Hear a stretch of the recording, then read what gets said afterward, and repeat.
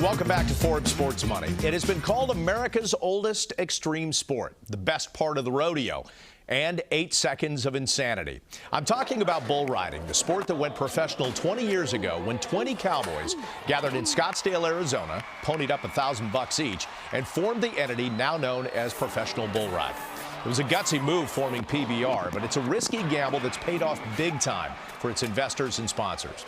And 20 years later, it's now an international sensation that has events across America, from New York City to Las Vegas, as well as in Australia, Brazil, Mexico, and Canada. In another gutsy move, PBR recently decided to stop broadcasting on several networks and can now only be seen exclusively on CBS, CBS Sports Network, and PBR's online live event center. To discuss these bold moves, Mike Lozanian traveled to Tulsa, Oklahoma to sit down with Professional Bull Riders Chairman and CEO Jim Hayworth for our Sports Money Profile. Hasn't, in a way, the whole history of PBR been filled with gutsy moves that a lot of people kind of thought stood a much greater chance of failing than succeeding? Well, you know, our 20 founders that broke away from the PRCA, the rodeo, and founded the PBR, just as you said, Mike, it was a risk. I still laugh to hear their stories today and hear them talk about the $1,000 checks that each one of them wrote. A lot of them didn't have the money to cover that. They had to win enough that weekend at the rodeo to cover that $1,000 check. So yes, it has been built on risk. It's been built on, you know, where we were in Del Rio, Texas years ago. Now we're in Madison Square Garden. That's a risk. As we think about going not just in the U.S., we go to Brazil, we go to Australia, we go to Canada now. That's a risk. The PBR has always been built on risk, and maybe it's a little bit intuitive about the sport. It is a risk. How have the results from the live event center been panning out, and what are they telling you? Well, a couple of key things that we've learned through that. YouTube did some things with us. I think the average view on YouTube was about 3 minutes. The average view of a PBR on YouTube was about 29 minutes. So they were ecstatic about the length of time that we could capture that audience. Not only did we capture a real good base from the United States, we had a big Brazilian contingency that was watching from Brazil at the same time.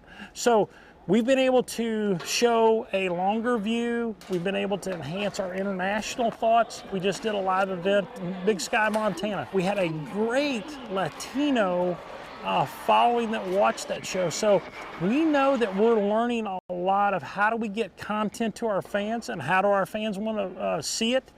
And we're going to continue to look for new ways to do that in the future. How is PBR being received overseas? Very well. You know, today we're in 5 different countries, you know, U.S. specifically, Canada, Mexico, good business in Australia, and what I would say one of our biggest growth areas is for Brazil.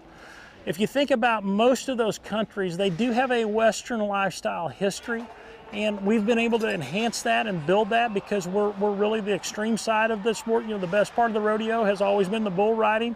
That's what the PBRs existed because we are the best part of it. We know we can build that even more within those countries. But we've had thoughts or people approaching us about Europe.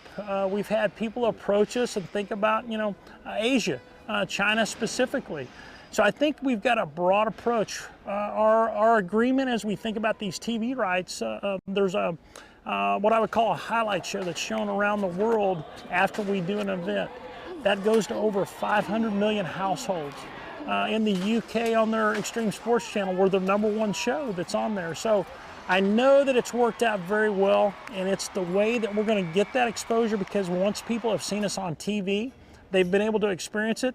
It also gives us a window or a door to go through to say, hey, let's go do some live events in some other countries as well.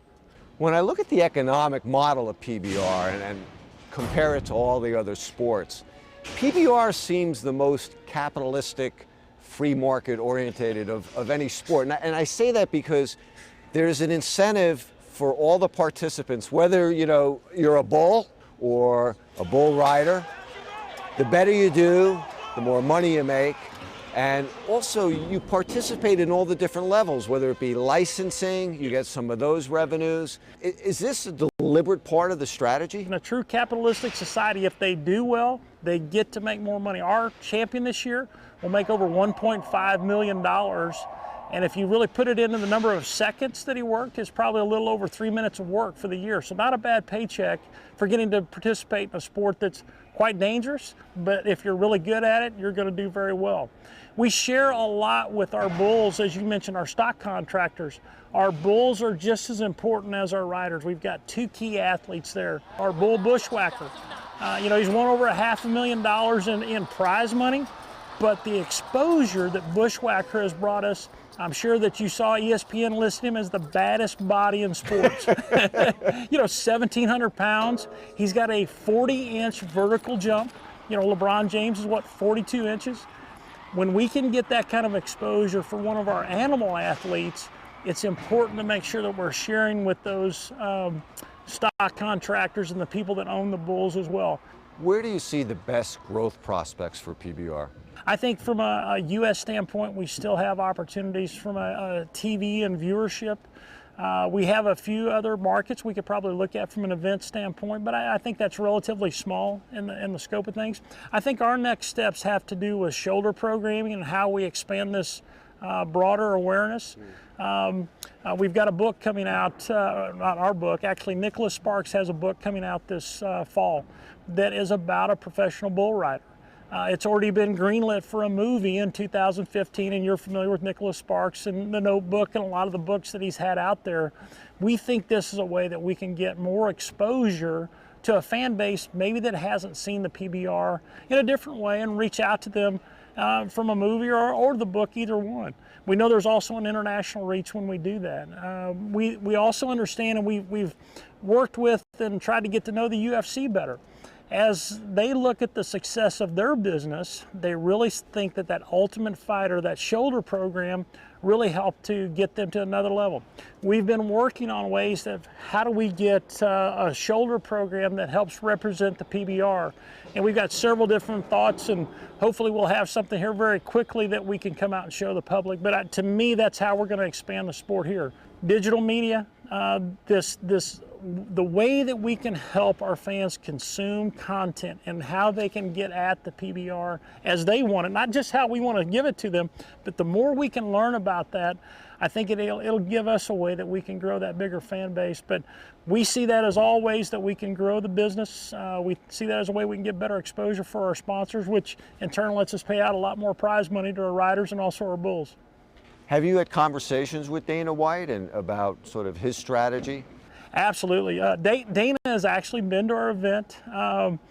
Dana loved our event. He was in Las Vegas, came to our finals last year, and we've continued a relationship and had discussions, and really not so much of how do you cross-promote events, but more of can we find out things that work for them because of the extremity of their sport and things that we can build on to try to get broader exposure.